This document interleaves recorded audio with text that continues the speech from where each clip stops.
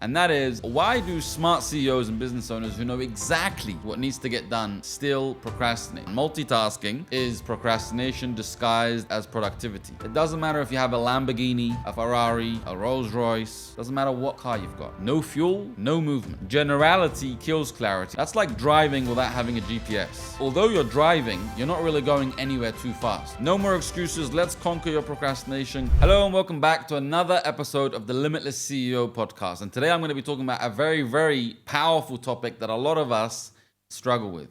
And that is, why do smart CEOs and business owners who know exactly what needs to get done still procrastinate?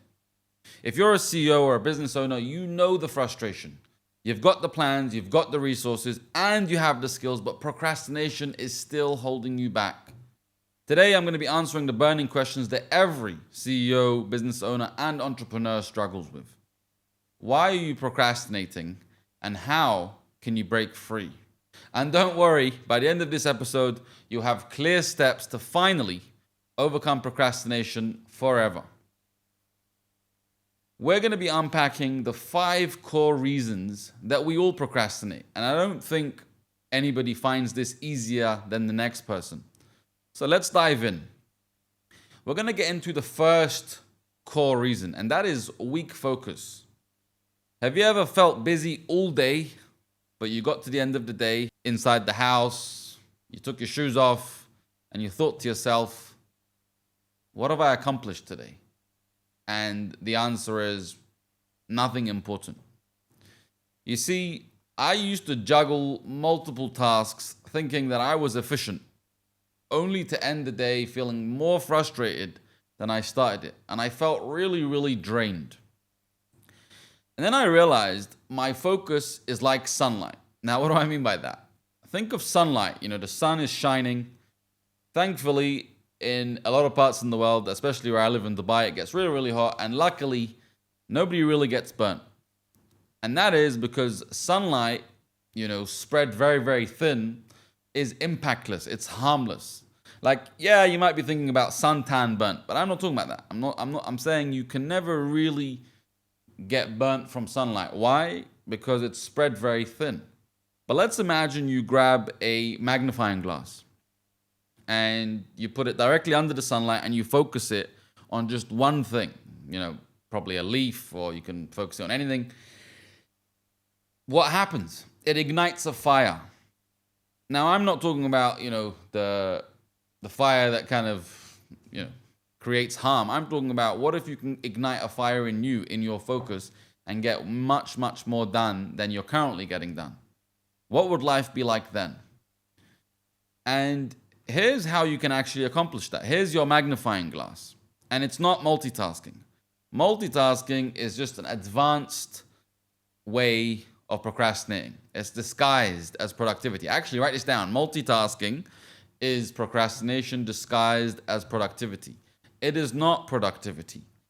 People are trying to be efficient, but as a result, they're not very effective. And I've been there myself. So what do you do if you're in that position where you're trying to be efficient, but you're not effective? You're multitasking, disguised as productivity. It's very simple. You have to choose 1 to 3. So I'm not going to tell you what to do. You can do whatever you want to do. But you have to choose 1 or 2 or 3 core priorities daily. You can't try and accomplish everything, because if you're trying to accomplish everything, you accomplish nothing. So you choose 1 core priority, or 2 or 3, a maximum of 3. Why a maximum of 3? Because the way the brain works is it thinks in terms of 1, 2, 3, too many. You can remember 3 things, but if you try and remember 4, it all gets a bit cloudy up there. And once you've chosen those core priorities for the day, let's just speak about 1 core priority. Let's just say you chose 1 core priority for your day. The next question is not, what do I need to do to accomplish that core priority? The next question is, okay, what do I need to eliminate? What do I need to stop doing? A lot of us are asking the question, what do I need to start doing to accomplish my goals or accomplish my priorities? And the problem with that is you know exactly what to do, but you're not doing it. Why? Because you've got all these other things on this side that you need to stop doing. So you need to start thinking in terms of what to stop doing first, eliminate distractions first, that is going to open up space in your calendar, in your day, for you to be able to start doing what you need to do. So that's the first reason why people procrastinate, weak focus. So now, when you have your core priority and you know what you need to stop doing, what do you do next? Well, this is the second reason why we all procrastinate. And that is what I call the lack of clarity. Have you ever sat down to work only to feel unclear about exactly what you need to do? Actually, this happens to me a lot of the times. I go, okay, great. I've got 4 free hours on Tuesday and 5 free hours on Friday. These are going to be for 1, 2, 3, 4 things. And then I get there and I'm like, what was I meant to be doing again? And the reason for that is because a lot of us are unclear about exactly what we need to do. We have a rough idea of what we need to do. And, on Monday, when we're really, really busy and we're doing something else, we're like, I can't wait to Tuesday to accomplish this X thing. Whether it's doing sales calls, whether it's kind of doing team trainings, whether it's kind of getting caught up on, some family stuff or your health or whatever it is. But then we get there. And because, actually, I don't want to ruin the surprise. So we don't know exactly what to do. So we just sit there and we stare at a blank screen. And we've all been there. I remember one of my clients, he boosted his productivity by nearly 50% just by clarifying what he needs to do, just by getting that clarity. Actually, here's a bit of a bumper sticker. Generality kills clarity, and a lot of the times we're not very specific and we lack clarity because we're very general. Imagine operating without clarity. You know what that's like? That's like driving without having a GPS. You get in the car, you reverse out of your driveway, and then what happens? You start driving. Now, one of two things is going to happen. Either you're going to run out of fuel and get, parked up on the side of a road, or eventually you're going to get really frustrated because although you're driving, you're not really going anywhere too fast. So you're actually moving really, really slow although you're driving, and you get really, really frustrated. And then what happens? What happens is you start doing some road rage, or eventually, eventually you're going to have to pull out the GPS. That's eventually what's going to happen. Now, if you refuse to use the GPS, that's going to be like the definition of insanity. Trying the same thing again and again and expecting a different result. It's just not going to happen. So clarity is not just helpful. It is essential. So how do you start to gain clarity? Very simple. Actually, this is one of the most powerful things I'm going to say, so start listening. Everybody focuses on having amazing morning routines, but the truth is an amazing morning routine only starts or is possible if you have an outstanding evening routine. So each night, sit down, clearly outline your top 3 tasks for the next day. So each night, grab a piece of paper and a pen, pull out your diary, pull out your schedule, pull out your Gmail, Outlook, whatever it is, and clearly outline your top 3 tasks for the next day. So that's a great evening routine. And then again, what do you need to do to start the day right? And avoid being vague, avoid being general, because we said generality kills clarity. So be very specific, laser focused. Imagine if you was giving this to a 5-year-old, they can't ask any questions because it's that specific and it's that simple. A lot of the time what we also do is get really, really complicated and it doesn't really work. We actually get more confused than we do get clear. So now we understand that weak focus and a lack of clarity are the first 2 reasons why we procrastinate. So what's the third? The third is poor task management. So now we have a focus. We know what the core tasks that we want to do are, but we don't really know how to manage them correctly. So let me ask you a question. Does your calendar manage you, or do you manage your calendar?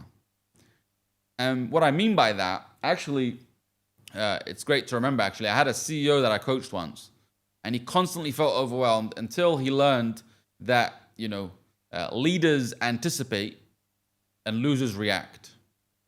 If you're not proactively managing your tasks as if you was meeting your top paying client, your critical client meetings, and we know how we show up for those. We prepare in advance, we clear the diary, we make sure we've got enough time to get there and get, mental clarity and everything else, then you're always going to end up procrastinating. Treat your tasks like you would treat those meetings with your most important client. And I'm talking about in terms of importance, in terms of urgency, in terms of preparation. Because if you don't, you're always going to be reacting. And reactive task management is what fuels procrastination. Eventually, you run out of fuel, and as a result, what do? It's easier to watch Netflix, it's easier to doom scroll than it is to do what you know you need to do. Why? Because you're exhausted, you're tired, and you're reacting, and you've had enough of reacting and putting out fires, so it's really easier in that moment to take a break. That's what we will say, I'm burnt out, let me take a break. So what do you need to do? How do you overcome poor task management? Block specific time slots for each task. And I'm not talking about just scheduling random things like, I need to, for example, script out a team training. No, you would take out your calendar and you would see where there are gaps in that. And say from 2 till 4 on Tuesday, I'm specifically blocking out this time for that training, to script out that training. Or for example, if you have to have a meeting with some of your employees or the members of the board. Well, those naturally happen because the members of the board make you, shake your pants. So those naturally happen. But think about your team. You take out specific time slots for those meetings. Specific time slots for your health. Specific time slot for your kids, for your relationship.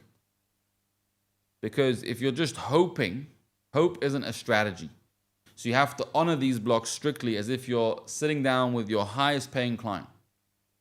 And that means you'll now have amazing task management. So now, what's next? We've done all of this. What happens?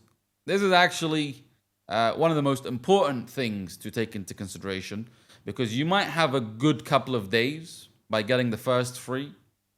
But if you don't have the 4th one, which is inconsistent routines, if you have an inconsistent routine, you might get lucky for a few days, but then you're going to fall off. And we know you all had that. I've had that. Everybody's had that.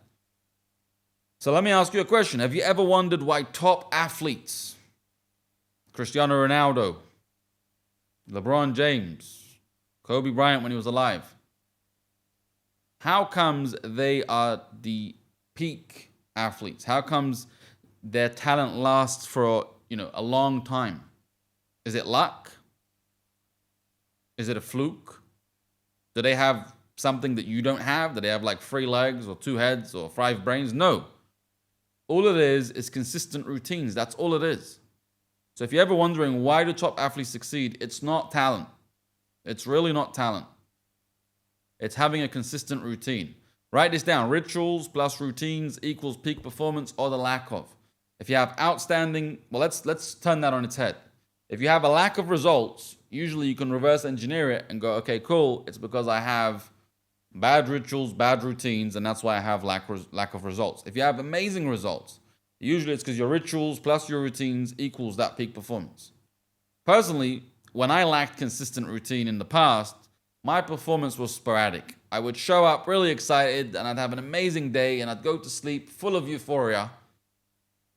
And then I always knew deep down, oh man, I wonder if I could do it again tomorrow.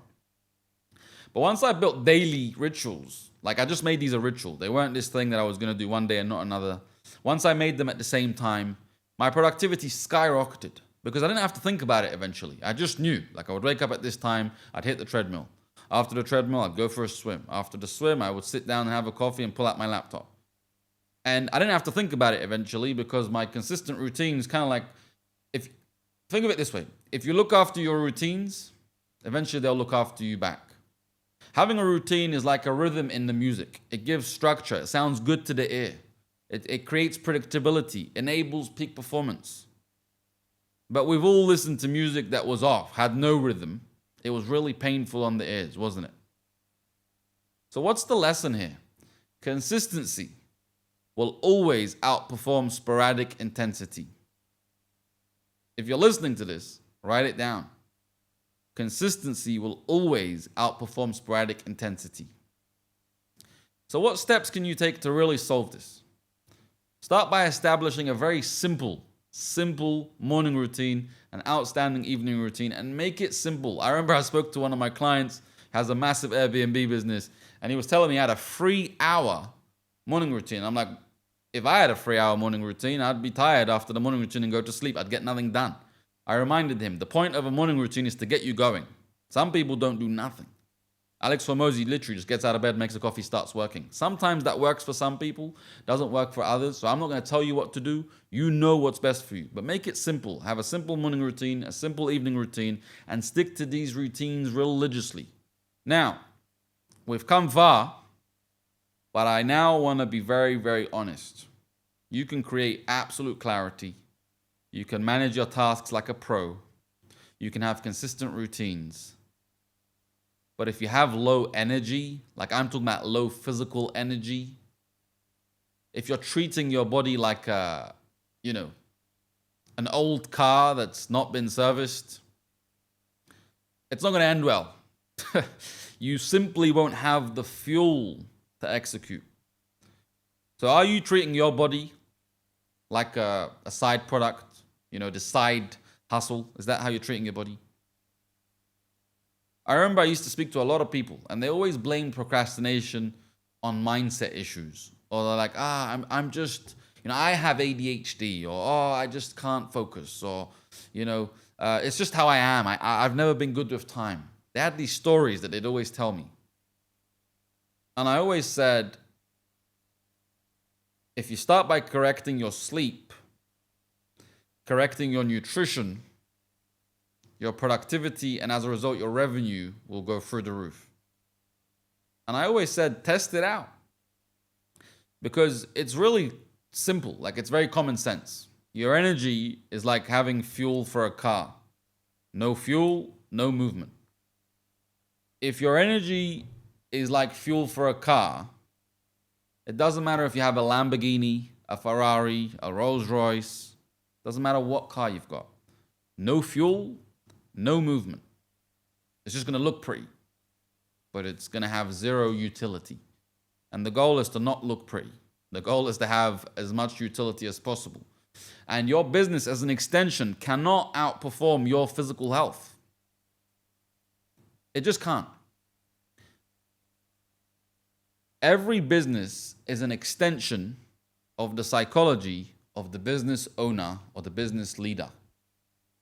Your business cannot outperform your psychology if you are the business leader.